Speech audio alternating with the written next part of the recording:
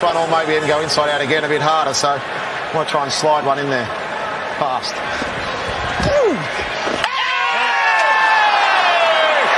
You would think he has to make him hit it on the leg side. All his fielders out there. 6 to win, 4 for a super over. More! He's hit a 6 off the final ball! The Thunder is still alive! What a finish! Yes, round 7, it wraps up tonight. It's just about to start. 3 teams on the double this week, Big Horse. We've had Cooper Connolly on the bench, or most of us have. Jamie Overton, most of us traded him out too. So it's been some carnage, but round 8 awaits. We've got every team on the single. What's the key to getting it right this week? I think it might be time to hunt some pods, mate.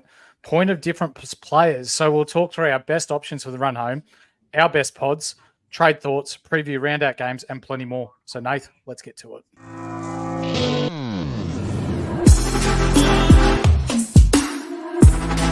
Welcome to the Ultimate Supercoach and Fantasy Sports Show. You are now listening to the Insight Fantasy Sports Podcast. Yes, welcome back to the Insight BBL Show. I'm your host, Nathan Brain. The Big Horse is with me, as always, to preview round 8 of Supercoach BBL. And we have a special guest, DR, for Supercoach with DR. Thanks for joining us, mate. Thank you very much for having me on, Legends. As I mentioned pre-podcast, I've been tuning into every episode. You guys have really been guiding me through my second BBL season. So to be on here having a chat with you guys is an absolute pleasure. Really looking forward to it, lads. Oh, mate, it's our pleasure. We're looking forward to ripping in, and it's going to be a massive week, isn't it, Mick? It's everyone on the single. You've got to make some good decisions this week, don't you? Basically, it's the best of the best, isn't it? You've got one, or every team playing one game. Our job this week is to try and find some nice pods for you guys at home in order to win your rounds. Yeah, and I'm sure that we've got finals coming up, don't we? Round 8, 9 for most head-to-head leagues too. So, yeah, definitely pod hunting will be relevant. So we'll jump into things. But before we do, if you haven't yet, please hit like, please hit subscribe. And if you're listening to us on audio, hit the follow button and leave us a review. But most importantly, the squeeze of the week. Squeeze of the week, obviously, for anybody who's new, first of all, welcome. The squeeze of the week is the highest score in the Unlimited League for Insight. And it goes out to Lance, coach of Armano's Thing, with a 14... Check this score, 14.58. Yeah. How the fuck do you even get that score? That is massive. He had to have won the week, surely. I'm just checking this. Yeah, he was. Yeah, he won took out the week as well. Yep. Huge. Well done. Huge. So very well played. Lance, mate, you've won yourself a standard squeeze pack. Congratulations. Flick us an email, contact@insightfantasysports.com.au, and we will get that sorted for you, mate. And you know what's even... I probably shouldn't say what's even better because you just won the week, but we've got Scott, coach of Runs is his team. He's leading the competition at the moment in the Insight League and also leading overall in first place. And then we've got Jeremy, coach of Tobes Troops, in second, 5 points behind him. So we've got we've got first and second in the actual overall comp in our league at the moment, which is pretty cool. So very, very impressive. Well done, lads. Hopefully one of them can take it out. That would be awesome. Let's talk about how we're going. DR. Sorry, Mick. Yeah? No, just before we do get into it, in our Unlimited League, we have 18 people in the top 100 at the moment. That's insane. Okay. Pretty cool. Unreal. Well done. Well done, guys. DR, how you been going, mate? Talk to us a little bit about how your season's been going, where you're sitting, how you're looking this week. Yeah, look, it's really my second serious season of playing the game, as I mentioned before. So my goal at the start was just to finish in the top 5%. So at the moment, had a few solid weeks, sitting in the top 2% at the moment. So 6,127 before this week. Currently on 795, but I'd tell you what, made a few bad decisions this week. You know, as you mentioned in the intro, traded out Connolly, traded out Overton, got Chowdhury's score on the bench, thought I'd go safe, I'll go with Maxi 65, but I've really been burnt for that decision. But look, overall going okay. Went with Munro as a VC this week. It was just a coin toss in the end between a bit of a pod or to go with the crowd and lock in someone like a Walter. So looking okay for now, but as we know, fellas, it can be a first ball duck in the next game. So, yeah, you never count all your chickens. And that's one thing I've noticed as well. Nailing that captain, it's so important. I know that you blokes went over it last week about Short versus Hardy, for example. Didn't it make just such a massive difference in your week? So it's the little decisions sometimes that just seem to go a big way. But look, tracking all right this week, probably a little bit above par, not much above par, I don't think, but all depends on how some of these blokes go in tonight's game. So looking forward to see how they go, boys. That's it. There's a lot riding on tonight for sure. And I get a little bit nervous when we're recording we always record on the last night of the round, and I usually miss most of these games as we record at the same time. So it makes me a bit nervous knowing what I'm going to look at my phone at when we finish the live stream. If anybody wants to throw some comments in there, keeping us up to date, that would be great. Big Horse, how are you going, mate? Yeah, not too bad. This round, where am I sitting on? I am sitting on 937 with 6 to play, including Paul Walter as my VCC loop. So my projected score is just over 1,300 at the moment. Hopefully that comes through, but I need Jai Richardson to really pull his finger out this game tonight. I think most of us do that brought him in. He's been pretty ordinary so far, unfortunately. And you know what I should have done? I should have told my score first, because now I'm just going to seem like a pale in comparison to you, because that's huge. You're having a big week. I'm currently on 868 with 6 to play, captain in play. DR, I think we spoke before. You VC'd Munro. I did the same. Hoping for a big one. Yeah. Yeah, and that's the nervous play with taking an opening batsman, isn't it? In a double game week, is they might go well in game one, you take the loop, and then in second game they nick off early or get a good one. So plenty of risk. We're taking on the Paul Walter VCers, and there was a lot of them. So fingers crossed that plays out. Boys, what we might do is we might rewind into the round of games. Now, Game 1, we had the Stars, 4 for 156. They lost to the Sixers, 3 for 160. The Sixers did it pretty well in the end in Game 1 to open things up. What did you notice from this one, Mick, to kick things off? Pretty easy, wasn't it? The Stars struggled a little bit. Maxi was hitting them all over the place until he got caught on, I think he made 31 of fuck all balls. Sixers did it pretty easy in there, and they just chased them down. Vince scored 80-odd, was it? And was really good this game, player of the match. Yeah, 109 he finished with, Supercoach points, so very good from him. Todd Murphy actually bowled pretty well as well. He ended up getting really Maxi out, but the shot that Maxi played to get out was a stinker. So very disappointing as a Maxi owner to see him look so good, and then he just plays really dumb shots like that. So I'm sure he's going to make me pay, and he's going to get 200 next week. Anyway, let's talk it into existence. The next game, very quickly, Heat 7 for 132. Very low scoring game, this one. They beat the Hurricanes 9 for 116. DR, any big standouts here for you? Because I know this was a double game against double game team, wasn't it? Yeah, well, the big surprise for me was Jordan. I just did not see this one coming, and I think Brendan Julian, I had a bit of a crack at him on Twitter. The best player going around in the BBL. It's like, hey, mate, haven't you heard of Mr. Maxwell and Mr. Short? But yeah, look, really solid from him, really solid. I know that there was a very select few that even chucked the VC on him, and they were rewarded for that. So, really impressed with him. Munro, as we said, we had the VC on him. He's one of those blokes, go a zero, or I was really thinking back to round one, that first game, that 99. Could there be shades of that again? Didn't quite get to those heights, but at the end of the day, you can't complain with that 86. And talk about just a little bit of junk time, that run out at the end. That run out last ball. Hit the roof. And those that didn't trade in Munro are probably going, you're kidding me, And it's a game of inches sometimes, isn't it? So, I love that little bonus, a little bit of a cherry on the top there. I might rub a bit of salt into the wound, Mick, just very quickly. I don't have the video or the clip. I should have, because you got one of me this episode. But I do. Xavier Bartlett, your deep dive on Xavier Bartlett last week was to not run with Xavier Bartlett because he has a very poor average. He proved you wrong this round, didn't he? Yeah, I look kind of stupid at the moment, don't I? But good on him. He's played well, and he's been in really good form this season. And again tonight, let's see what happens against the Scorchers. Yeah. And I mean, as a bowler, you have a bit more hope that or reliability that they're going to actually at least score some sort of points this round with dot balls and things, don't you? I tell you what, though, the Hurricanes' top order is the worst in the BBL at the moment. Repeatedly just capitulating, aren't they? Stupid shots. We'll talk about Sam Hain later, but fuck me, if that guy gets a game next week, something's wrong. Do we need to talk about Sam Hain? Is that a requirement? I'd rather just skip the bloke completely. Let's not. Awful. Yeah. As long as you're okay with it, DR. Yeah. Yeah, no, mate, no, and he was a bit of fool's gold, I think, in a way, wasn't he? That big score, you haven't seen anything else. But again, you don't know what's going to happen on a double. But yeah, extremely disappointing, isn't it? Very, very disappointing. Very disappointing. 2 zeros. That's double the donuts. Yeah. Now, the next one, we got the Thunder, my Thunder, 8 for 137. They've been ordinary as well with the bat in hand, haven't they?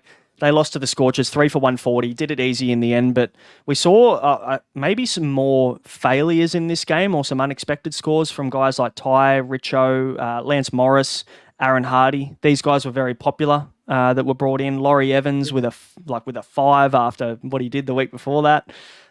So, yeah, a bit disappointing to be a Scorchers owner. But then, again, you look in the flip side and you look at Crawley, Agar and Connolly, who all did incredibly well. Yep. What do you take from this? Like, I mean, are Thunder going to improve? Is it even worth targeting them for the double? I think you've got to have at least Daniel Sams. And for those of you that aren't a part of our Discord, please, the link is below. Jump in. You'll have ourselves in there talking all good things cricket. We recommended people sitting Sams or fading Sams for this round, and it turned out to be a bit of a masterstroke for those of you that didn't play him. So what did he score? 3? Yeah. Like it wasn't much at all. I saw an interesting stat on Sam's as well. I'm not sure whether you saw it, DR, here. I think he averages like 13 Supercoach points a game against the Scorchers in like 6 or 7 games. So the writing was on the wall, wasn't it? It was. That's one thing that put me off a little bit, because I know there was a few looking to set up for that last double with the Thunder, but definitely you guys are absolutely on the money last week. I suppose the question is, do you set up early this week, or do you just simply leave him till the last week before the double? I think that's probably a question that lots of us will have, because I think it's safe to assume we'll all want him on that double. He's a very dangerous player not to have. But do we go this week or do we go the week after? Yeah, big question. Yeah.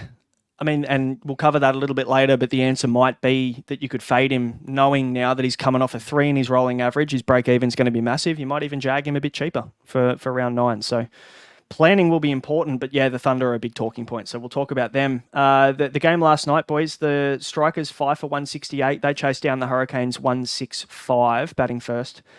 I mean, is Matt Short ever going to fail with the bat, or is he just going to continue to peel off starts and just do the job? As Nathan Scoble would say, the president of the Matt Short fan club? Yeah. This man is the greatest thing since sliced bread. He can do it all. Opens the bowling. Pity he didn't get an extra over for that economy rate bonus. But 45 off 32, clean hitting. Paddy Dooley, it was a nice wicket getting him out. But Hurricanes did really well to get to 165, given that they were 5 for fuck all, really. Early on, weren't they? McDermott really put on the gas and scored a really nice 95. And as a Chowdhury owner, maybe I'm assuming you guys probably would be too, just knowing how popular he is. I saw them 5 for fuck all or 4 for fuck all, and I thought, oh, here we go. We could have another Chowdhury saving innings here. And I was rubbing my hands together, and then he gets stumped down the leg side and gets the first ever diamond duck by not facing a legal delivery. So that was great. But we're the 2 guys maybe 3 that we should be talking about. Jamie Overton was traded out by a lot of us just purely because he had a lot of value on the page, didn't he? He was nearly 200k. We wanted to get a piece of Paul Walter for the double, so Jamie Overton seemed to be the one that made way for a lot of people. But it seems like we're sitting here with regrets because he's gone and scored a double worth of points, DR.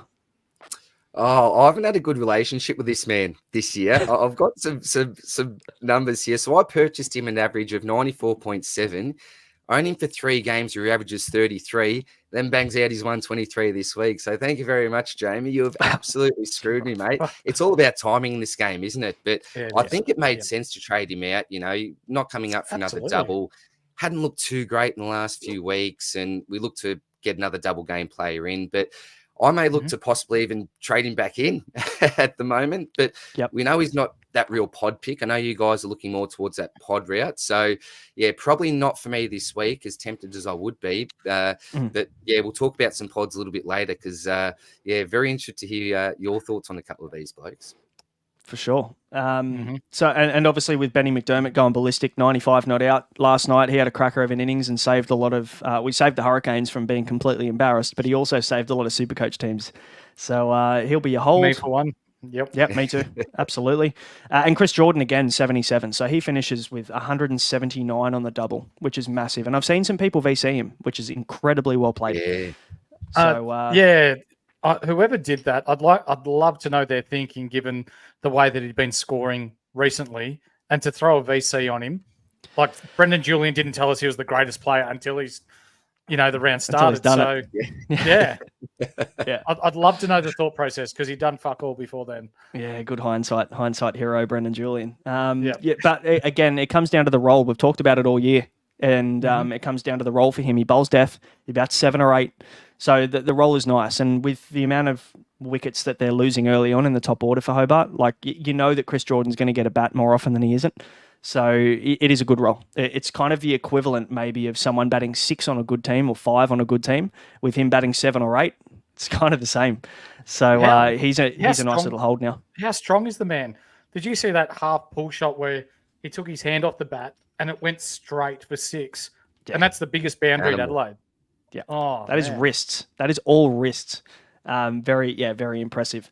We've got the Scorchers and the Heat tonight, so obviously we can't talk about that. That game would have just started now as we're recording, so we'll try and keep an eye on it. And obviously with the comments as well, please bring them in because I need to know what's happening with Colin Munro as my VC, and so does DR. So let us know.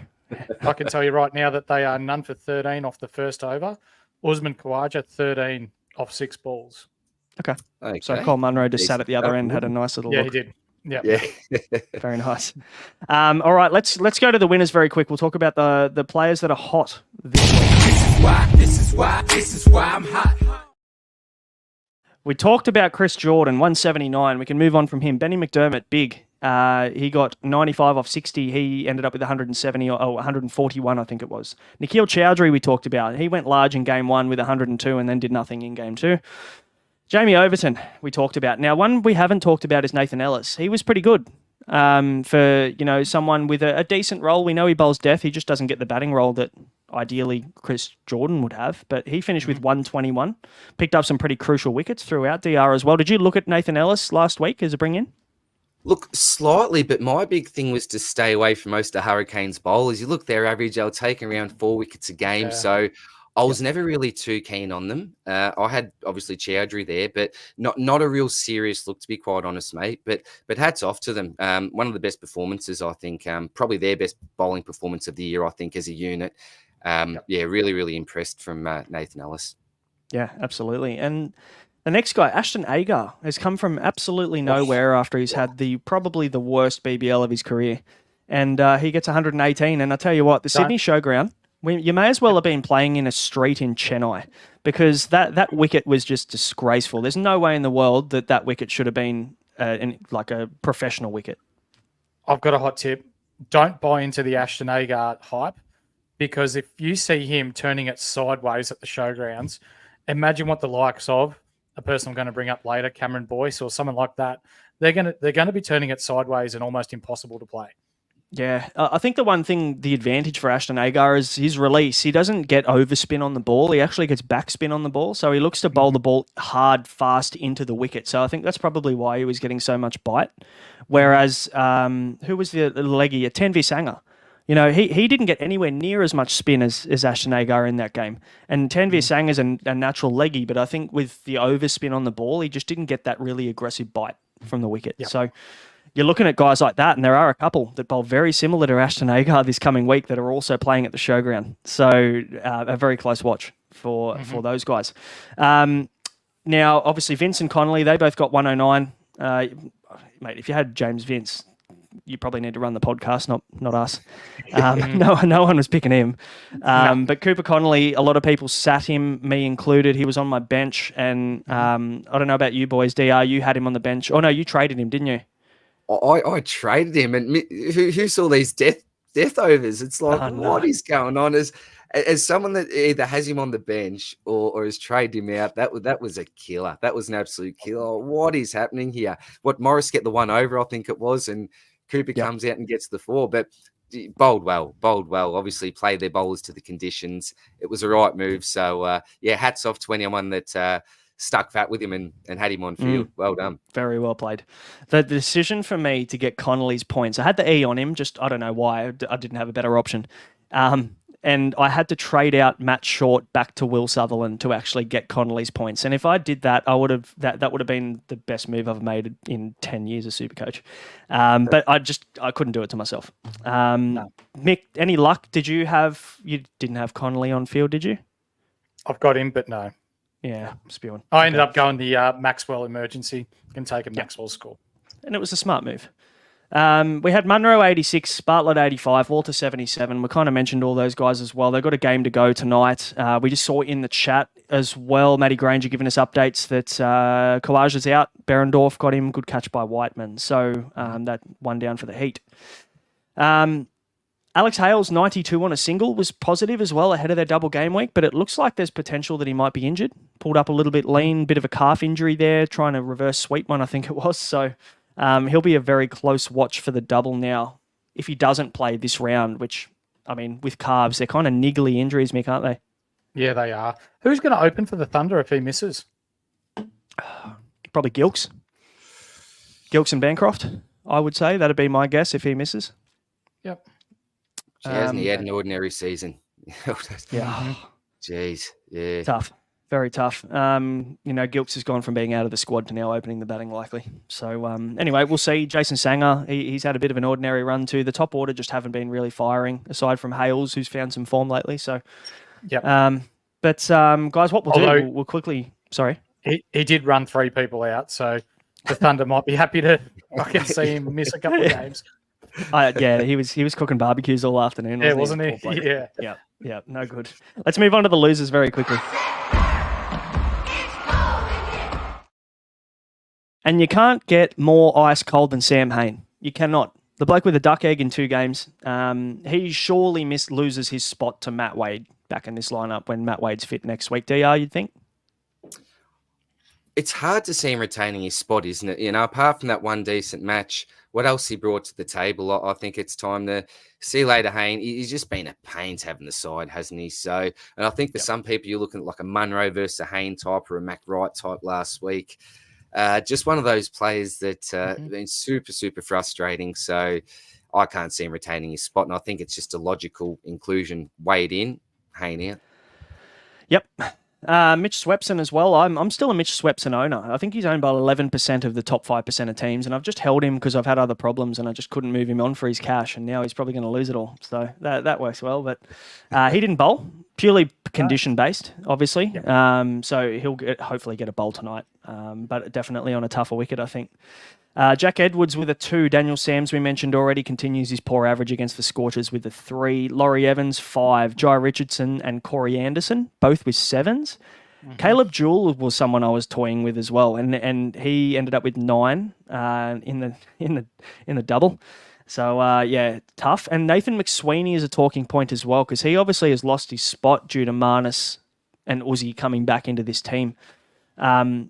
Mick, we both talked about Nathan McSweeney being a guy we were looking at this week, and we pivoted to Munro due to trying to play it safe, knowing that this may happen. Kind of planned out okay, didn't it? It did, but I hate it. Nathan McSweeney is one of the best up-and-coming young players that we've got in Australia.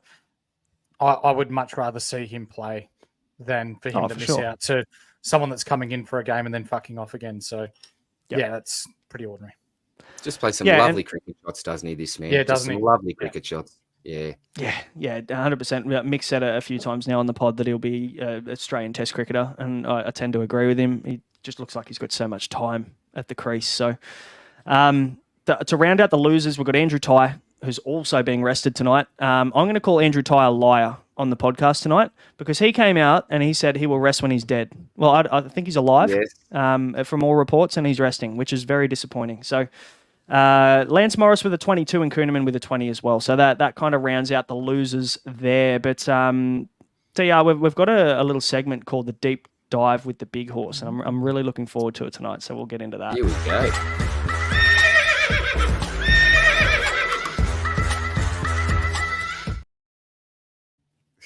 It's unbelievable, isn't it? Now, we're going to go a little bit left field tonight with my deep dive because we have been digging. But one for the viewers at home, Cameron Boyce has been more than a handy fill-in for Rashid Khan at the Strikers this year. He's been a top 3 wicket taker in the BBL, and going at just a tick over 7 runs per over. So on average, he's getting his economy rate bonus with his bowling. Could be a sneaky pod with all teams on the single next round, and has a higher score against the Sydney Thunder, who they're playing in round 9, of 165. He's got a career average of 74 against the Thunder, and he scored 76 against the Hurricanes in the last game. There is 2 games that he's got left. Are you buying the Cam Boyce hype? DR, any interest? Not until the big horse just had a quick deep dive there, but it sounds all right, doesn't it? It really does sound all right. And when we're talking about pods and blokes going under the radar, I think Boyce almost fits the bill, doesn't he? Looking really good at the moment. Look, I didn't have high hopes for him early, but he's really proved me wrong. Certainly proved me wrong. And given the fact that everyone's on a single this week, I think he presents good value for what he's been producing, what he can produce. So I do not mind it at all.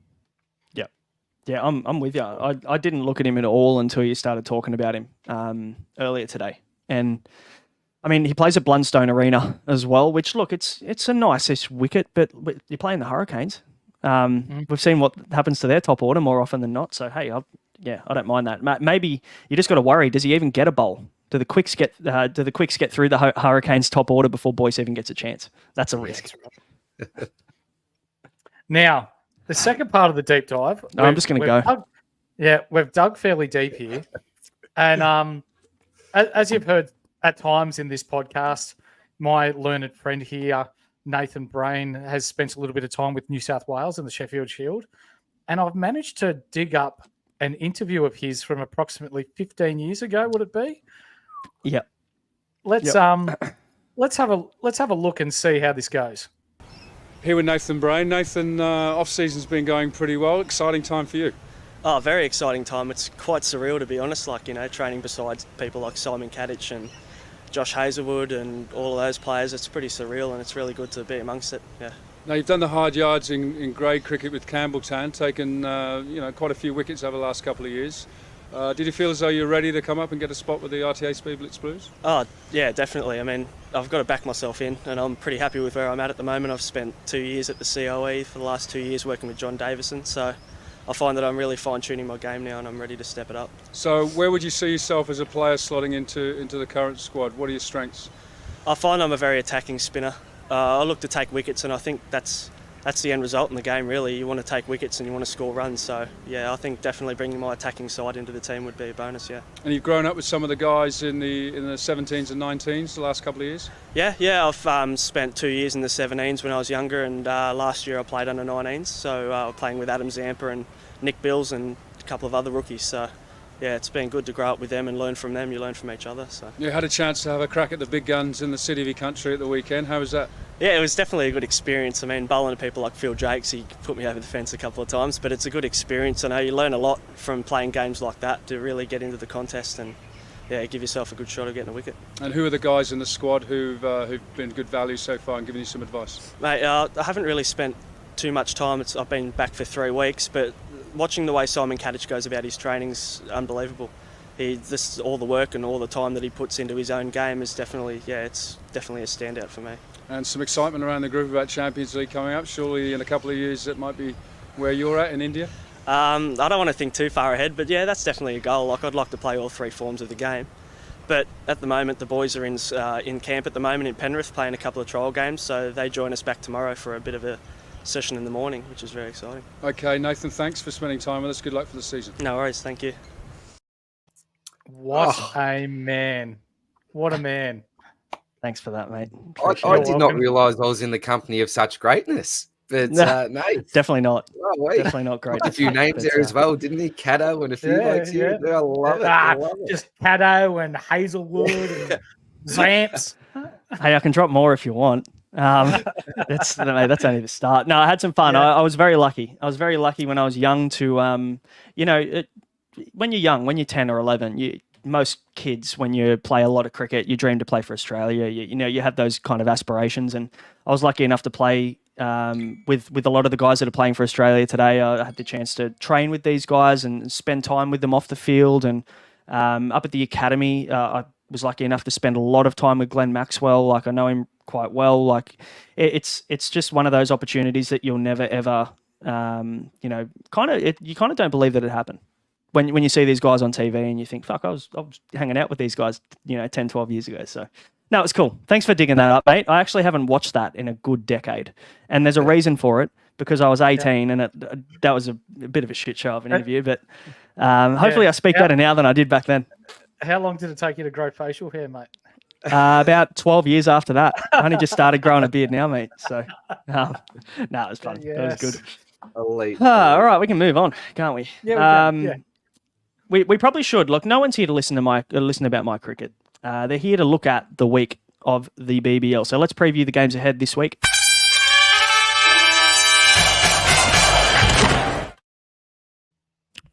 All right. We've first of all, the game preview is brought to you by Bonus Bank, and Bonus Bank is brought to you, or Bonus Bank is Australia's #1 matched betting site. So you can go to bonusbank.com.au, use the code INSIGHT, get yourself 25% off your first month of the premium subscription. You can start making some coin and some tax-free money today. Boys, the buys. Now, we've mentioned already, every team's on a single, no one's on a buy.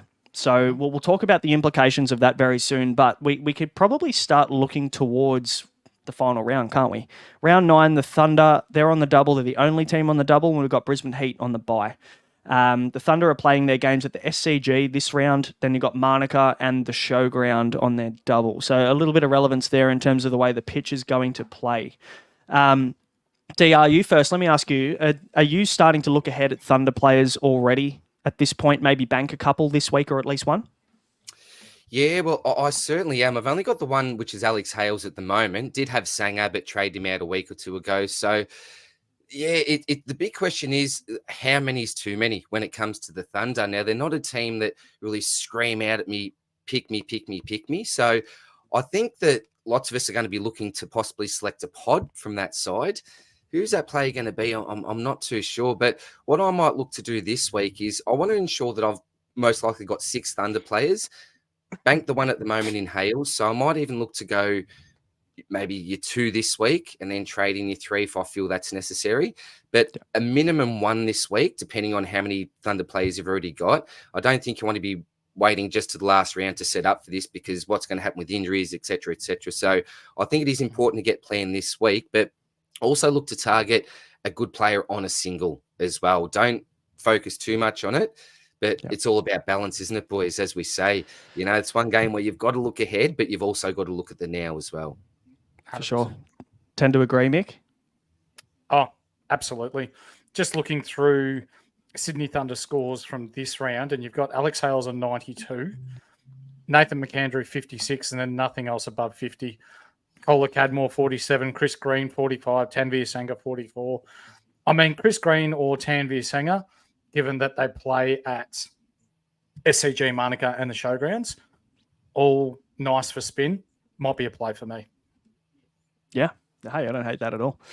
Let's look at game 1 for round 8. That's at Bloodstone Arena Thursday, tomorrow night. Hurricanes versus the Strikers. The Hobart Hurricanes have scored 187 at Bloodstone off 19 overs, 155 off 19 overs, and 3 for 151 off 18 overs. So we can naturally assume the batting deck is going to be pretty favourable, or the deck is going to be favourable to batsmen in this game. Their top order have been pretty much a disgrace, though. Are we looking at maybe targeting some top order batsmen from maybe the Strikers this round, aside from Matt Short, DR? Look, Chris Lynn's in fine form, but he's expensive, isn't he, for a batter only? And we've talked about the volatility on a single with a batter only.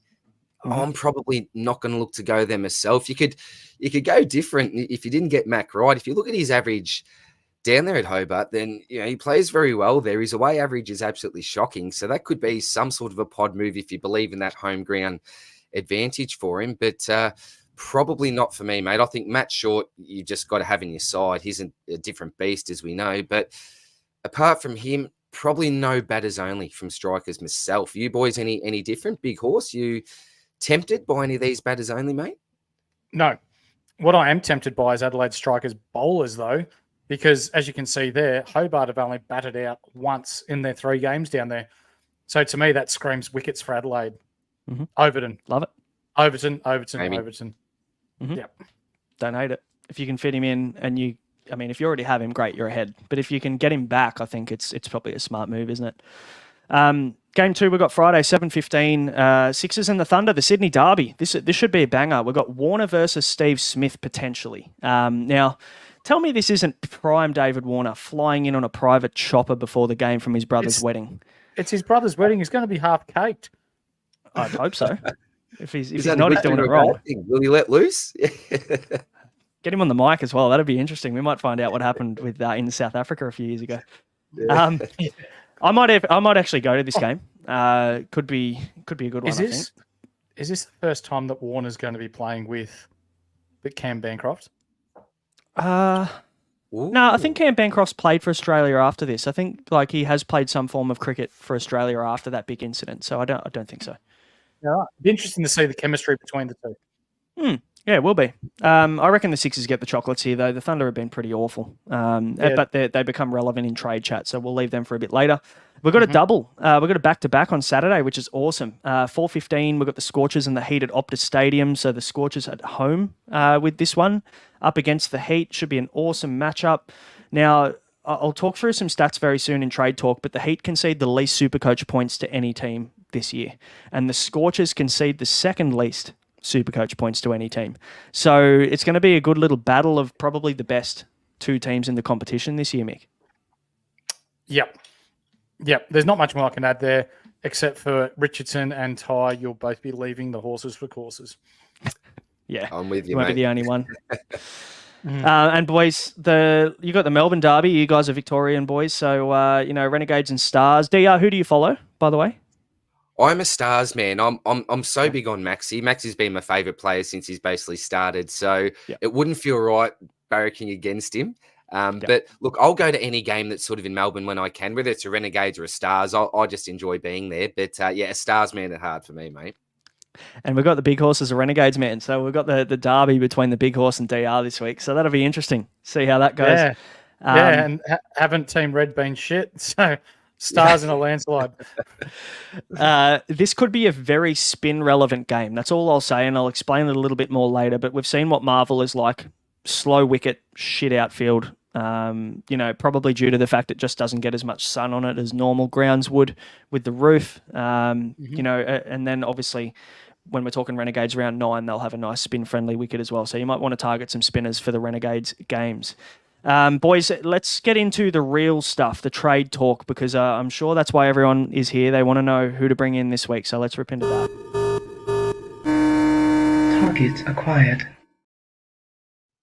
And before we do, Trade Talks are brought to you by Ryan from Astute Newstead. And look, guys, with interest rates booming across the country, I'm sure you've probably wondered whether your interest rates are potentially too high, whether you can afford your dream home at all. You don't have to worry anymore. You can contact Ryan, who offers confidential lending assistance with no obligations attached. So contact him at ryanh@eganwealth.com is his email, and mention us and you'll get a free consult to sort out all your finances. Boys, I've done a little bit of a deep dive myself. I don't have a little cool video thing like Mick does. But I looked at the Supercoach points conceded per game against each team. So the Thunder are actually conceding the most points per game at the moment with 482 per game. So with these numbers, I didn't count any washouts or incomplete games either. So these are basically completed games that weren't interrupted by weather. The Renegades are second, which is no surprise, 465 points per game they concede, and then the Stars are in third at 460. So the Thunder are pretty clear winners in this one. They're conceding a lot of points. They've been pretty ordinary. And then, look, there's no surprise the Renegades and the Stars are second and third based on the season that they've had. And then we mentioned earlier the Scorchers and the Heat are last and second last or best in terms of conceding the least amount of points. Heat, 354. So to give you a bit of comparison there, the Heat are conceding 130 Supercoach points less than the Thunder every single game. Does this influence the way that you look at your trades this week? And if so, is there maybe someone now you'd prioritise off those numbers? Mick? Yes. Anyone that's playing the Thunder or the Renegades. 100%. Yeah, I just had a quick look through the player research, and Overton does play against the Thunder, and he plays against the Hurricanes, and they're fifth with 437 points per game scored against. So, yeah, it's more and more standing out now for me. Yeah. Any thoughts on this, DR, before we move into guns for the week? Yeah, look, I think Overton, if you look at that upcoming schedule, you know what the man can produce. We know he's had a lean 3 weeks before his recent match, but yeah, I'm all on with the big horse here. Overton for me. Yeah, really, really keen on the man. So that's a perfect little transition into the guns segment for this round, because I think I tend to agree. I think Jamie Overton. I agree with Andrew Langley from last week saying that there is no such thing as a must-have in BBL Supercoach, and I like the way that he looks at that because of the volatility that you've mentioned a fair bit, DR. You just never know week to week. There's no sort of reliability on base stats or touches or run meters or anything like that. We don't have that to work off, but. Jamie Overton is 34% owned. I thought he'd be much higher in the top 5% of teams, only 34% owned. So we can guarantee that will go up to probably north of 80% next week. But he is expensive. He's going to be 200K now. So we've all pretty much said we're going to pay up for him, haven't we? He's got his final games at Bloodstone and Manuka, but both relatively good wickets, but he does have such a good role, doesn't he? Batting 6, bowls, he's really good overs through the middle of the innings, can bowl death, has a really good change-up too, doesn't he, Mick? So, Cheesy bowls a heavy ball. Bowls a really heavy ball. Hits the bat hard. Yep, definitely. It's the short ones, I think, for him that he's got the most wickets with. He seems to catch batsmen by surprise. He got a couple the other night, didn't he, on the short one? So, yeah, I like it. Well, he lumbers in, doesn't he? And then he's bowling north of 140. So it does catch people out.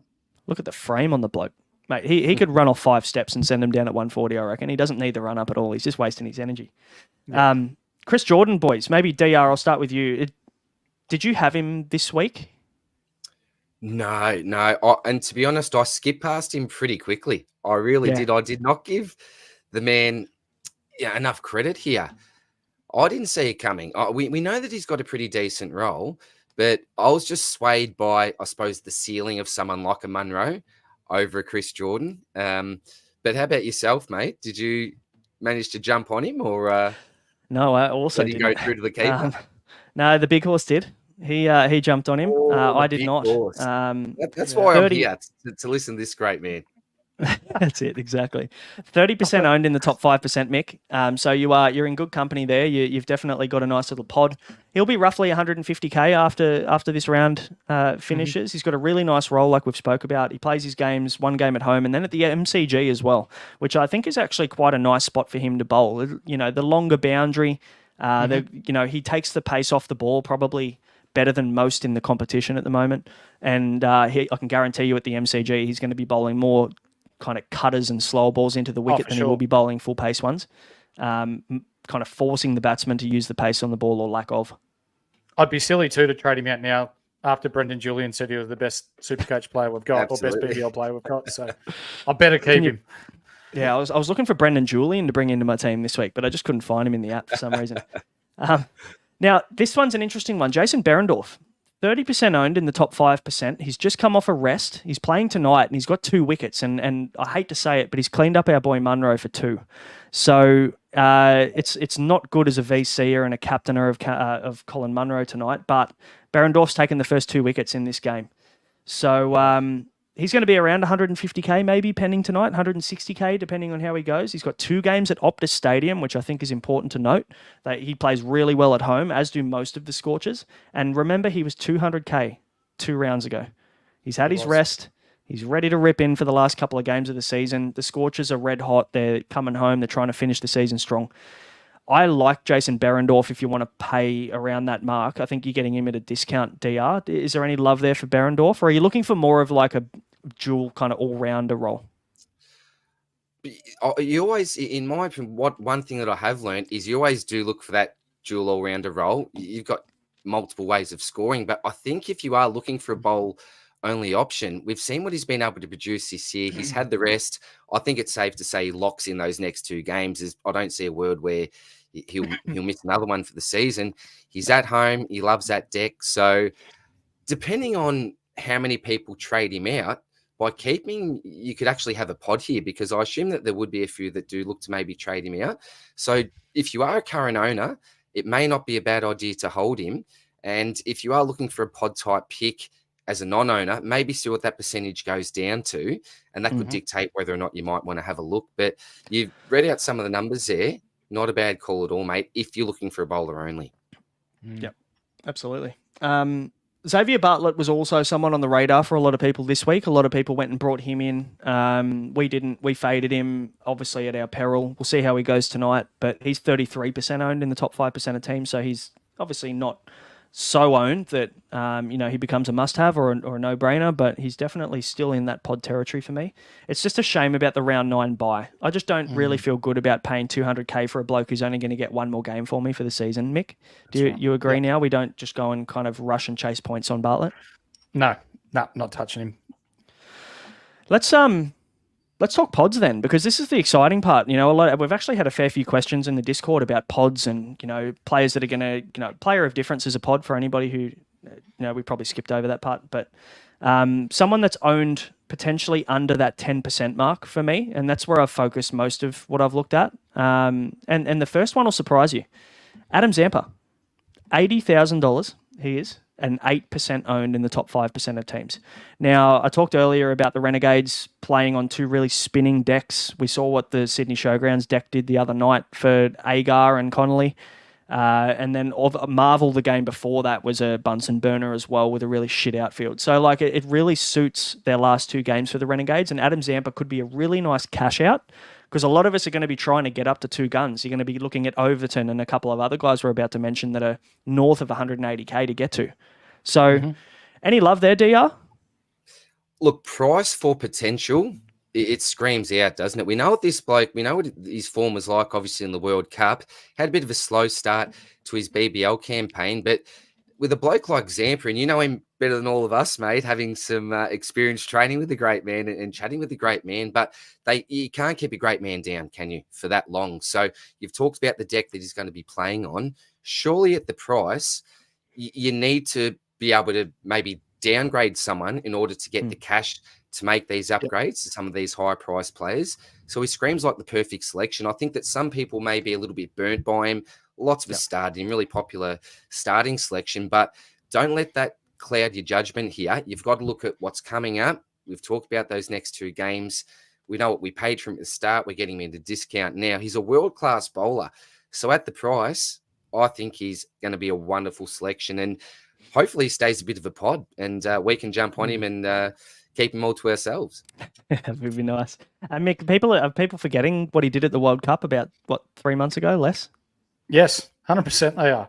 But with good reason, though. He's been pretty ordinary this year.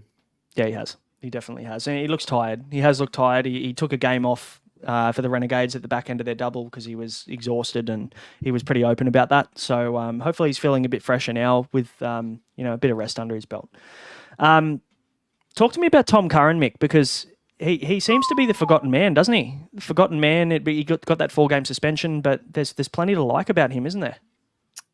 Yeah, and he's a definite trade target for me this week because I think with his role, that the way he plays, like Overton, he's unreal at 179. He's going to go down in price this week too. He didn't make his break even, so might get him at 170K. Yeah, mate, 170K, 0.6% owned in the top 5% of teams. That's like 10 people. Yep, super pod. Yeah, massive. It is. So that could be huge. You know what? I'm going to go and call him almost a must-have. There's no such thing, but if there is someone you want to get this week, I reckon it's Tom Curran. Now that the argument then becomes Curran versus Overton, doesn't it? That's okay, but have you stated how much he averages against the Thunder? 113 in 4 games per game. Not bad. So, nice matchup. We know the Thunder concede the most points, don't we? We just went through that. They concede the most points in the competition, Supercoach points. So, hot pick. Very hot pick.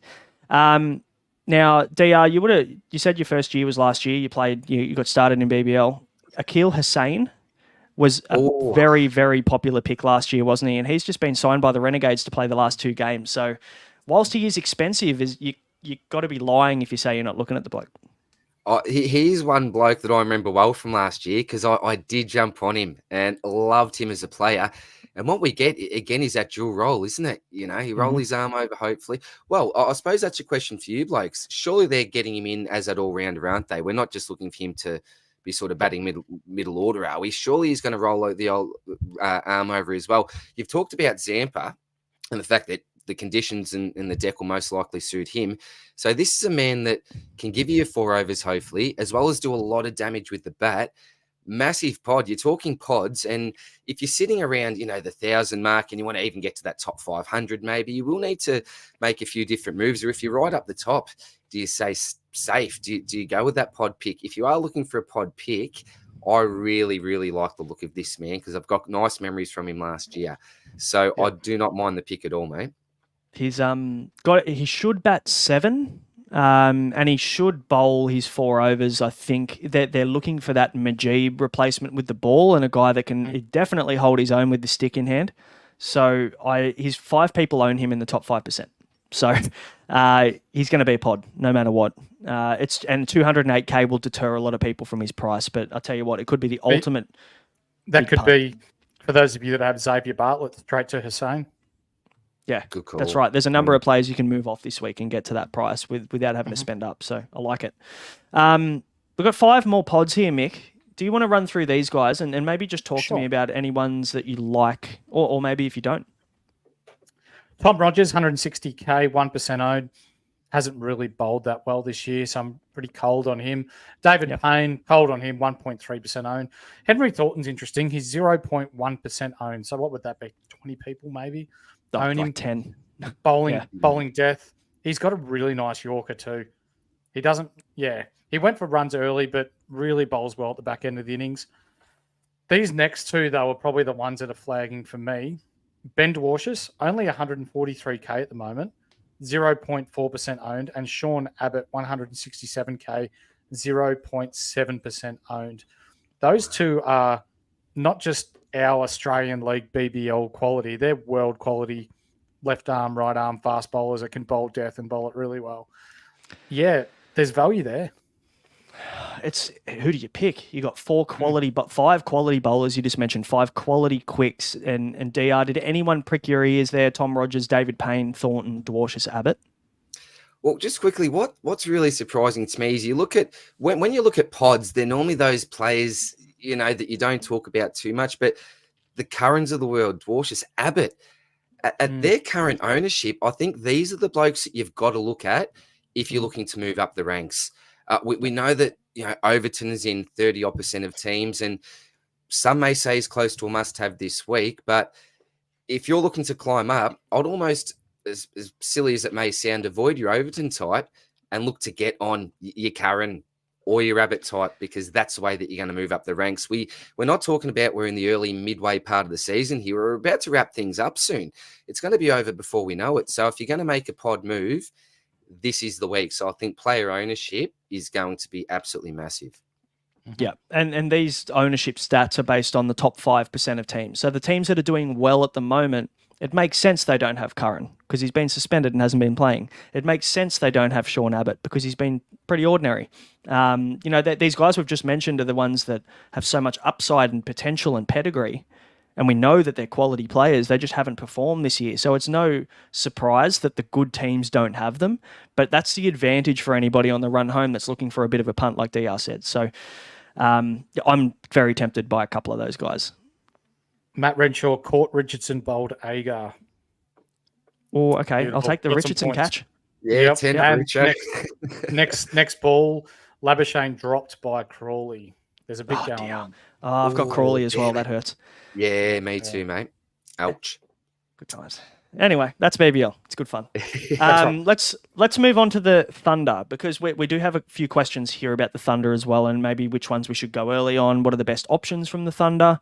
I've actually seen a couple of live comments coming through about someone saying, I think Matty Granger in here saying that you could potentially have 7 Thunder players and be okay. And I might maybe kind of refute that a little bit and just say when you're banking on one team so heavily, and if the Thunder, like they have, shit the bed consistently over and over again, if they play poorly, your whole season is tanked. So do you agree, Mick?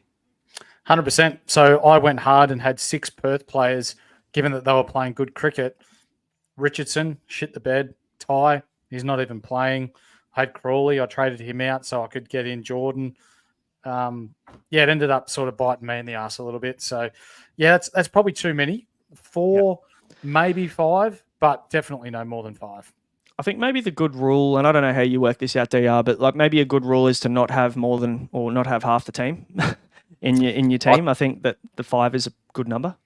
Yeah. So I've always said max, and you blokes know better than me. I've just gone one more than you, maximum 6. But I think if you look at it in the way that scores tend to average out, too many's too bad. And I've seen some teams on Twitter, 8 scorches on field, for example. It just didn't work out. They said, geez, weekly prize locked in here. But it just, in all reality, it was never going to happen. It's the game, as we said, just too volatile. And relying too much on the one team, and that team in this case being the Thunder, it scares me off a little bit there, mate. Got to be very selective.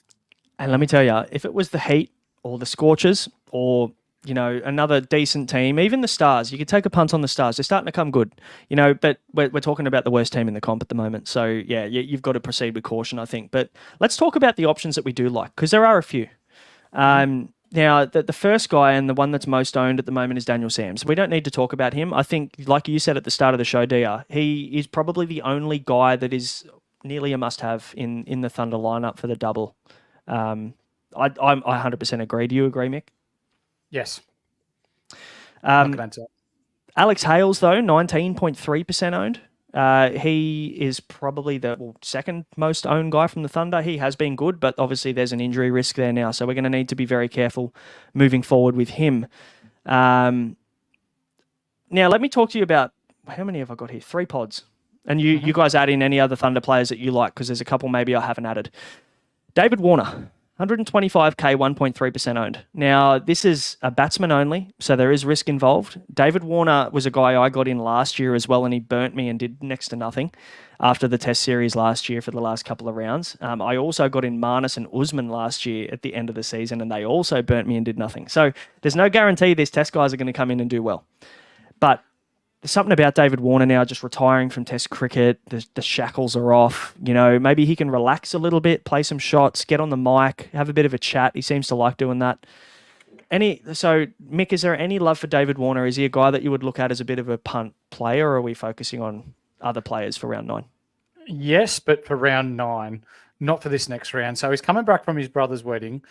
I don't know about you blokes and your sporting crew. Well, we know about yours because we played it earlier, Nath. But when we talk about sports, I can't ever remember playing a game of footy, cricket, basketball, where you've travelled for X amount of hours, gotten straight out of the car, or I've never had to plane anywhere really, straight onto a footy field or cricket field and play well. You need the time to prepare. You need the time to get yourself right. And I think this is going to be a little bit rushed, and therefore I don't think he's going to score well. So I'll be fading him for this round and then looking to bring him in round 9. It feels a bit forced, doesn't it, DR? Like it maybe contractually, or, he's the face of the Thunder, so maybe there's a bit of pressure on him to make sure that he plays the Sydney Derby. Absolutely agree. I think that the safe and sensible move is to just wait the week and then look to jump on next week if all things are looking right. I don't think there's any need to rush in. I think maybe coaches that haven't played the game for a long time may get focused too much on the name here. We all know who Davey Warner is. We know what the Temptation's like. But I would just be waiting that one extra week, see what he does. As Big Horse said, preparation is everything in game, mental preparation, physical preparation. So coming straight off the flight, I just don't think that works. Man, look, he could come out and score a ton. We just don't know. The shackles, as you mentioned, will be released, but I'll be waiting that 1 week before I commit to him, I think, mate, for sure. I think we all have ingrained in our memories Stephen Smith, the last 2-3 rounds of the BBL last year, don't we? And that very real could happen with David Warner. He's that caliber of player. And Steve Smith is also playing in round 8 for the Sixers in this derby. So the only reason I haven't mentioned him as a pod is because he's $275,000. Now, if you've got bigger nuts than me, go for it. It's just a lot of money to go and buy him. Now that I've said this, he's guaranteed to get a ton, so go jump on him. He's locked in. But I just don't want to pay up. And I didn't pay up last year, and it kind of hurt me. But, the one thing, the saving grace for me was that we talked about this with Andrew Langley, the back-to-back BBL Supercoach winner. He didn't have Steve Smith for the run home last year either and still won the comp. So it's not the end of the world if you miss one guy that goes ballistic, as long as your squad's solid. So priority for me, and I don't know about you, Mick, but priority for me is to make sure the balance of my squad is solid rather than spending up on one guy that could be a Hail Mary. Absolutely. And if that guy fails, then it just fucks your week. Yeah. What about the rest of these Thunder guys, Mick? Any love for any of these other guys? There's a couple maybe that I'm eyeing off, but Yes. it's slim pickings, isn't it? Chris Green. He is one that I'm looking at bringing in alongside Tanvi's Sanger, the chicken Sanger, as we call him. They're playing on spinners' decks to finish off the year. Chris Green's actually been doing the job with the bat too. Their top order have not been firing. He's been coming in late, hitting his quick fire 20, 25, getting some strike rate bonus on top of bowling pretty well with the ball. Not getting a lot of wickets, but his economy rate's been pretty good. 160K. I think that's going to drop. I don't think he's met his break even for this round. So, yeah, definite option there. Could go early. Now, last guy I've got, I don't know whether there's any love. Maybe it's just a homer because I played with him. Gurinder Sandhu. I actually got him in when he was named for the Thunder and just right at the last minute at the start of the season, and it didn't really pan out the way I wanted it to, but he's 115K and he bowls death. Now, he's got a really good change-up, good slower ball. Like Mick just said, they're going to be playing on kind of spinners, slowish decks based on what we've seen this year so far. 6 people own him. 6. So, I mean, do you want a death bowler? Maybe he's your guy. 115K is nice and cheap, but I can't really make too much of an argument based on form. It's more just a bit of a punt play, DR. But any other Thunder guys that you're looking at that we haven't mentioned? No, just on him. Whenever you mention death over, it just screams junk time to me. We've seen blokes have a first, ordinary first 3, and then bowling at the death. When you've got to go for it, it just creates wickets. So I like anyone that's got that role. We know he's a big pod, so don't mind him. Look, I brought in Ollie Davies for his double. Didn't really set the world on fire. You could look at your Alex Ross type, but does he get a batter? I'm not too sure. So I think Green's the other one, as Big Horse mentioned, that I like. You look even second bowl last week, straight down the ground, beautiful shot for 6. So given the fact that he is that spinner, good deck, and he can do a little bit of damage with the bat as well, I think he's going to be a fine selection. So he'd probably be my second most favoured selection if going for a Thunder player after Daniel Sams, I think. And boys, just quickly, Bancroft. Is there any interest there whatsoever, or with Jilks coming in, taking the gloves, we're not really interested anymore? No, I don't know. No. Yeah, I think I'm with Mick on this one. Like, he was great at the time because the wickets were decent. The pitches he was playing on were pretty flat. Now we know that these might be a bit slow, and it's going to be tough for opening batsmen. And we know what they've done so far this year. And don't get me wrong, like him as a player, I just don't know whether the upside's there in picking bangers to finish your season. I'd rather take a punt on David Warner on a double than I would Cameron Bancroft personally. Yep, for 50K cheaper. There is one more I want to bring up. Tom Kohler-Cadmore. He did score 47 points, Supercoach points in the last game, but my deceased grandma could be quicker between wickets than this guy. He is shit house. Oh, yeah. I swear they rolled a treadmill out into the middle of the wicket and he's just running on that thing the whole time. Down on the same spot. Yeah, he nearly got run out. I counted 3 times in that innings the other night.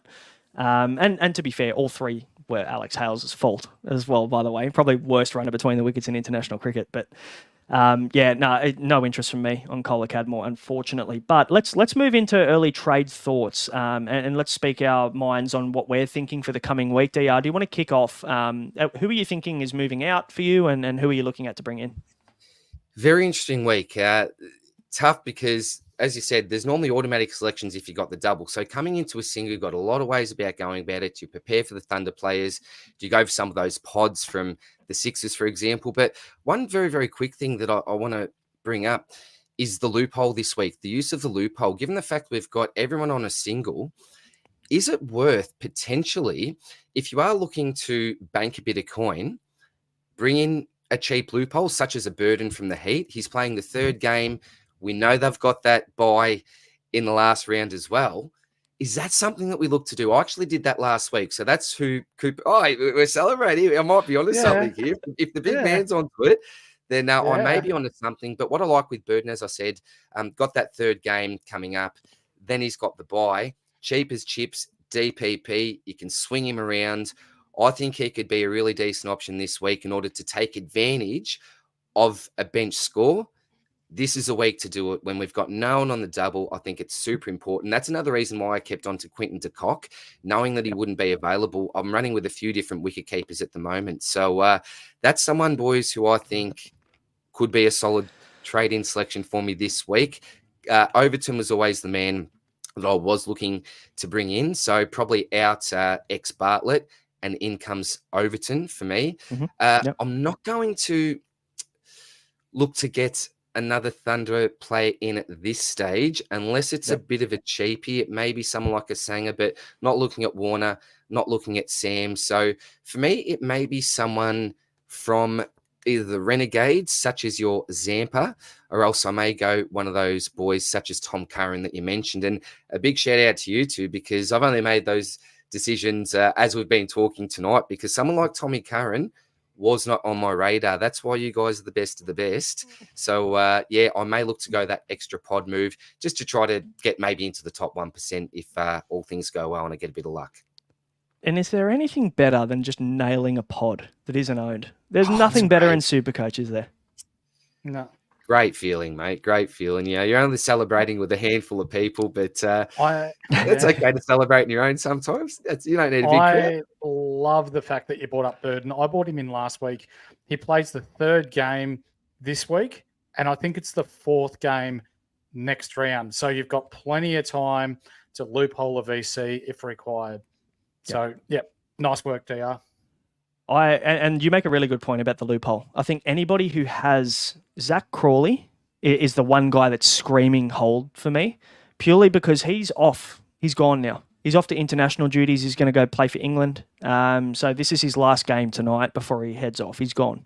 So Zach Crawley could be a really nice little loophole option there. I know he's bat only and it does limit you a little bit, but I think if you don't want to go and bring in enough, you don't want to have to rely on wasting a trade in a week like this where you want to bring in enough. I think you could probably hold a guy like Crawley. Or like you mentioned, Quinton de Kock is also a guy that a lot of people have held for that reason. So it's a really good move. And for anybody who's been frustrated by Sam Harper this year, he will be a really useful wicketkeeper loop enough as well, as it looks like, unfortunately, he won't be playing for the rest of the season. Hopefully he's on the mend. Some guys to hold for sure. Mick, what are your moves this week? What are you thinking? I just love the fact that Paul Walter is in the 11th over, so he's got plenty of time to bat.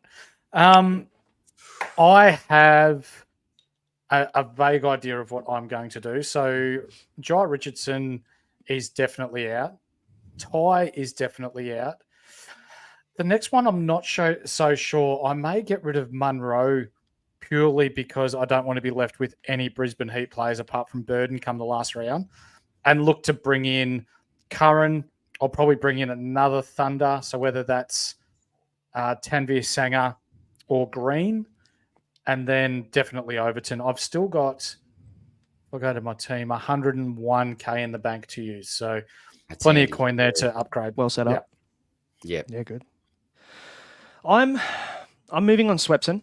It's just about time I use his cash. Hopefully he gives me a little parting present tonight. That would be beautiful. I'm moving Jai Richardson on like you are, Mick. And Fraser McGurk, I think, has played his role for me. He's done his job, so I'll probably move him on as well. A couple of options on the in. I do definitely want that one premium kind of all-rounder option, whether it's Hussain and I'm getting spicy, or whether it's Curran or Overton, which are the two other obvious options for me. I'm probably leaning towards Curran at the moment. Zampa with you, DR. I think I'm on that Zampa train. And then the third trade, it just depends whether I'm going to have enough cash to get to maybe someone like an Alex Hales if he's fit, or maybe I take a punt on Ollie Davies maybe a week early.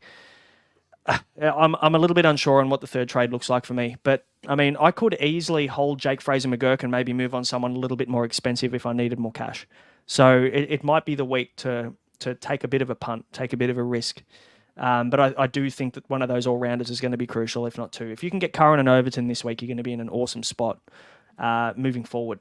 Now, if we talk captains very quickly, and then we'll answer these questions because we've got a few.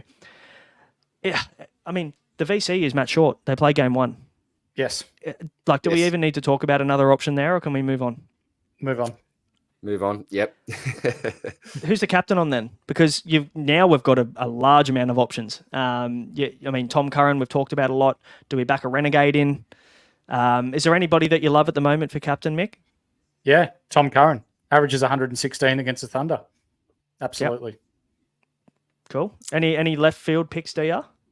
No, well, I was looking at potentially Maxi myself, just as that ceiling type player.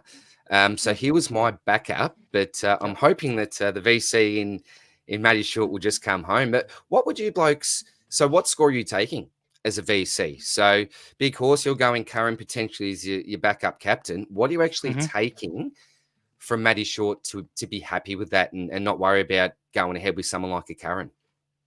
I'm a little bit further back in the rankings, and for me, if you're not first, you're last. So I'll take 90 out of Short. Okay. Nothing less. Yep. Yeah, that's to be honest, I'm leaning towards anywhere post 80, 90, maybe even 100. It just depending on what the rest of the week is look like and how my other players are going is usually how I dictate whether I'm going to take a VC or not. If I'm feeling like I'm a bit behind, I might take a punt on Curran and just hope he gets 150. But then if I'm ahead and I'm feeling good and I'm seeing other teams and I'm looking in a better spot, I might just take the safe VC. So yeah, beauty. I think those two are the good options. Now let's move into questions because we've got a shitload of them. Thanks for getting them in, guys. We've got a ton from the Discord as well, and also some that have come in live. So appreciate your interaction, guys. We've also answered a couple already, so we'll skip through those pretty quickly. We've already talked about how many Thunder we want on the double. We've talked about the best pods on the run home.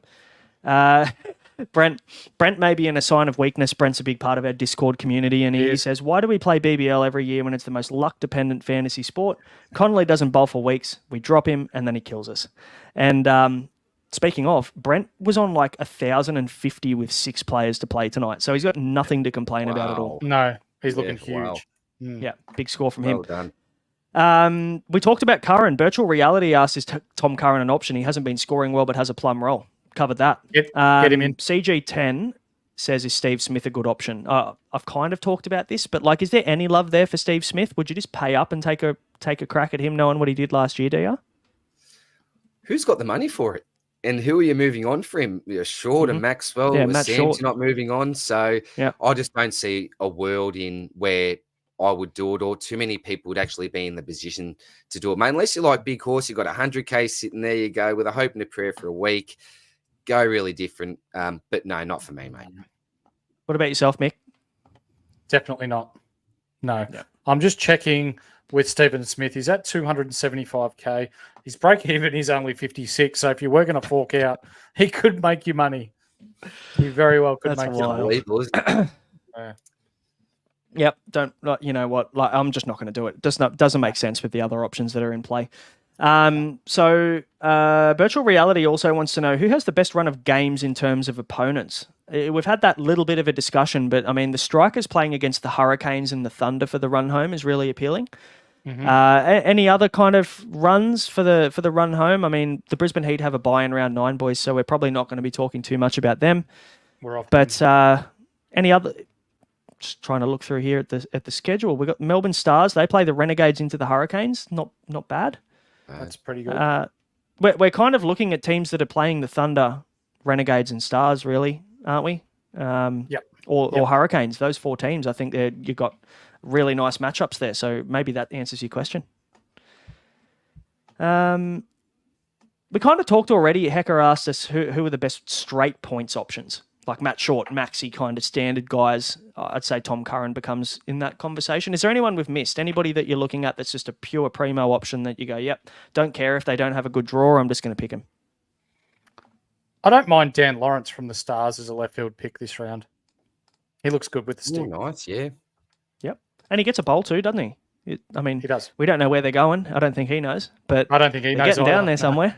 Yeah.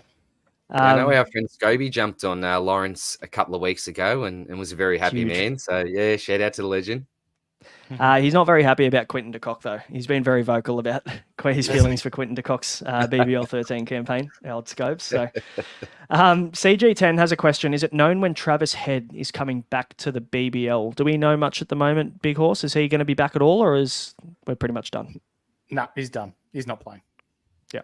I mean, he would have played last week, maybe. I mean, the test players are available this coming round, aren't they?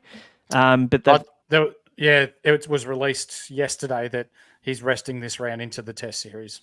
There you go. And he has had a big summer, hasn't he? He's still blind after the World Cup. Yeah, still hungover. Mate, the bloke sung some tins, didn't he? Good on him. DR, I'll ask you this one, mate. Virtual Reality wants to know, is Hardy a trade-out option at his price for the run home? Well, when we're talking about these type options, your Overtons, your Currans, your Maxwells, your Shorts, Hardy, for me personally, is probably falling in that list at the moment. It was a bit of a surprise. He opened the bowling the other day, didn't he? And I thought, no, gee, should I chuck the captaincy on him? Late minute move. But look, for me, a little bit out of form. If you could guarantee him overs each game, I'd be a lot keener. But given the fact that he's looking possibly more like that bat only, I don't mind trading him out personally. I think that I'd much rather trade out your Richo and your Ty before that. Definitely the priority for me. But if you maybe don't have those two, have only got one, I'm happy to trade Hardy out personally. Can I just drop some knowledge on you for a second? Go on. So Aaron Hardy's last 3 scores against the Sydney Thunder, 28, 21, 4. Wow. Okay. And then against the Brisbane Heat, which they're playing tonight, 4, 90, 102. So against the Thunder next round, what's that? 49, 52. Geez, he averages 17 Supercoach points per game. Good. I'll come back at you. Yeah. I reckon he's a hold. I'll go against both of you because they're at Optus Stadium for the run home. They are. His average at Optus Stadium in 15 matches is 63.3 Supercoach points. And that is at least 15 points clear of his next best average at any other venue in Australia. So we know that Darren Hardy loves playing in Perth. He loves playing at Optus Stadium. The wickets are flat as all fuck. I'm holding him purely for that reason. I love the fact that one of us is going to have to be right on this one. Yep. Can't wait until it's me. Pod captain. If you had to pick a pod captain, boys, one each. Let's say not Curran that we've already talked about, who's obvious, and not Matt Short. Who are you picking? A pod captain. You go first. Oh, yeah. Okay, Overton. Nice. You mentioned Maxi a little bit earlier. I don't know whether that's pod enough, is it? He might be kind of too obvious. Yeah, I was having a look at that. Look, I know that someone like a Tall Paul was a really popular option this week with his double. Could you go again possibly on a single? Yeah, I'll go Tall Paul as backing up if you've got him this week. I like it. Big cult hero, Tall Paul as well. How good has he been in the BBL? You need a guy like that every year to come over and just really get the fans involved. So he's been awesome. He's been very good. But can't go wrong with any of those options, boys. Very, very good. That covers the Discord questions. We'll cover the few live ones and wrap this bad boy up. But Matty Granger wants to know, do we have any loop suggestions? He doesn't have a loop as of yet. You guys mentioned the Brisbane fellow, wasn't he? The basement price, 42K. What's his name, Mick? Burden from the Brisbane Heat. Yep. You mentioned Quinton de Kock as a guy to hold potentially for the loophole, considering he won't be playing anymore. I'm just looking at schedule because when we look at loopholes, you want to find players that are playing late in the round. So I'm looking at the Renegades who play last in round 8 and last in round 9. I think the Renegades are the prime target for a loophole if you can find someone. You've got a couple of options there, a couple of basement price cheapies that you could pick. David Warner was good this round. If you went early on him, you could have used him as a loophole, but that doesn't help you now. Any other suggestions for loops? Nah, just Burden for me. Already got him in. They played the third game this next round, then they don't play the last round. And only 42K. Yeah. And if you're a Crawley owner, Perth play third and third. So you've got plenty of time up your sleeve for Perth players that aren't playing as well. So worth keeping in mind. Those are the suggestions I think we'd go with, Matty. We've already talked about under 10% pods for Corey Blackledge. He's asked us if there's any under 10% pods this round to get in. We've given you a few, mate. So hopefully pick a few. Pick the ones that are going to go good. Hopefully that helps. He also thinks you could have 7 Thunder. We talked about that. Maybe drop it back to 6 or 5. I think 7's probably overcompensating a tad. And Plowboy mentioned as well when we were talking about not stacking with too many players, washouts are a reality too, aren't they? Mm-hmm. We've seen it throughout all year, and it's really thrown things on their head with the weather this year, hasn't it, Mick? Like, we can't rely on getting a game done these days. Nah, we're going through an El Nino, aren't we? Or an El Nina. Which one's the one that's wet? Anyway, like there's just so much water around at the moment. You don't know week to week or round to round almost who's playing and who's not. So unfortunately, we just have to keep an eye on the weather and who's playing who. And even like someone like a Zampa, knowing that he's potentially playing under that roof as well, there's a guaranteed game there for him. The weather's not going to affect that. So these are the little things you really got to take into account, isn't it? And you know the one person that's just popped into my head that we haven't talked about once is Will Sutherland. What happened to him? Because he's still 130K or something. He's dirt cheap. He's still got the role. Yeah. He's still bowling through the middle of the overs. He's still batting 6 or 7. I think the captaincy's not done him any favours at all. I think he's overthinking things at the moment. Yep. Yeah, agree with that. And we all jumped off for that reason. So it does make sense. But look, he's still got the role there. Maybe something will come good. Maybe he'll bring a bit of round 1 heroics back into it and score 180 for us, and it'll be an absolute masterstroke. Who knows? Last one's for you, DR. Corey wants to know, is it the right time to get rid of Jack Edwards? What do you think? Jack, well, here's another bloke. So at the start, just very quickly, I had the choice. It came down to Fraser McGurk, Edwards, or Manenti, and I thought I'm going to be nice and smart here and stash him on the bench for his double the week after, but that just did not happen. So what a season he's had, as he jumped out, was it over 100K now, I think, on his price? So look, you could view him and, playing a lot of AFL Supercoach, normally the way you play this game is you wait for your rookies to fatten up, you trade them out, bring another premium in. Is his role affected now that we've had Tom Curran come back into the side? Maybe that could put me off slightly. So I think he's certainly a candidate to trade out of your side when we've got other players around his price or possibly under that are absolute superstars of the game. I might even look to pivot to maybe one of these Sixers players that we've talked about during the potty. Might be a bit of a pod move for you, Causa. Yeah, good. I like it. And Lanina is wet, is what you're looking for, Mick. So thank you, Plowboy. Thanks for having my back. That one in there. Yeah. Guys, that brings us to the end. We've covered pods. We've covered all the options for this week for round 8. We've got plenty happening. We've got 2 more rounds to go at BBL Supercoach. So everyone's on the single, mate. If we get it right this week, you could go rocketing up if you get a few good picks. Any final words, DR, before we wrap this one up? No, just look, I more than anything, just want to thank you guys for having me on. As I've said, I've been a big fan watching from afar this year. I know you guys are not just into your BBL, big part of NRL, and I know, Mick, you're doing a bit of AFL stuff this year, so I would love to actually have you come onto our channel. We've got a weekly potty that we do, so that would be fantastic, mate. But look, I suppose my final word of advice is I am pretty big on having a loop, like your Burden. I think you've got to take advantage of some of those bench scores coming up to this week. If you are looking to climb the ranks, definitely look at ownership percentage. And you've mentioned a couple of times, boys, don't look overall. Go to that top 10, 5, even 1% to see what your competition's up to, the best coaches in the game. Use that as a bit of a guide and potentially go with someone that is under your 2% mark to go away from the crowd. If you're happy enough just to possibly hold rank, then go with an Overton type over a Curran type, because you're going to win when other players win, lose when other players lose. But yeah, that's probably my final advice. And more than anything, just enjoy the game. I know it can be a little bit frustrating at times, and we produce content and love it. We're really passionate about it, but it's just out of your hands sometimes, and it's up to the fantasy and the Supercoach gods. So just enjoy the game and stay positive. And thank you again, guys, for having me on. I had an absolute blast chatting with you fellas. Good on you. It's been a pleasure, mate. And where can people find you if they want to get involved in the AFL or follow the channel? You're on YouTube as well, aren't you? Yeah, so mainly on YouTube, obviously on X. So my username's there at Supercoach_DR. But yeah, got the YouTube channel almost on 5,000 subscribers, which is very humbling at the moment. But got a great community there, and I'll be doing plenty of preseason content. Hopefully with a big horse on there as well to help to guide us all through the season. Love it. Love it. Go and give DR a follow, guys. Big Horse, wrapping things up, mate. Final words.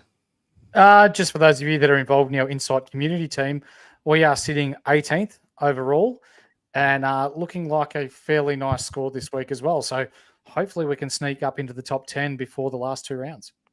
Would be nice. Would be nice. The community know what they're doing at Insight, don't they? Probably I should have just copied the community team. Yeah, same. Guys, thanks for watching. Obviously, if you made it to the end, we appreciate you watching. Hit subscribe, hit like, follow, review, do all those things. We would really appreciate it. We will see you one more time for the round 9 preview, and that'll be likely Saturday, I think, night. is when things wrap up. So we'll see you Saturday night for the last live or second last live. We'll do a wrap up at the end of the season too. But until then, good luck this week. Hopefully plenty of green arrows, guys. We'll see you in a few days. Catch you later. Cheers, guys.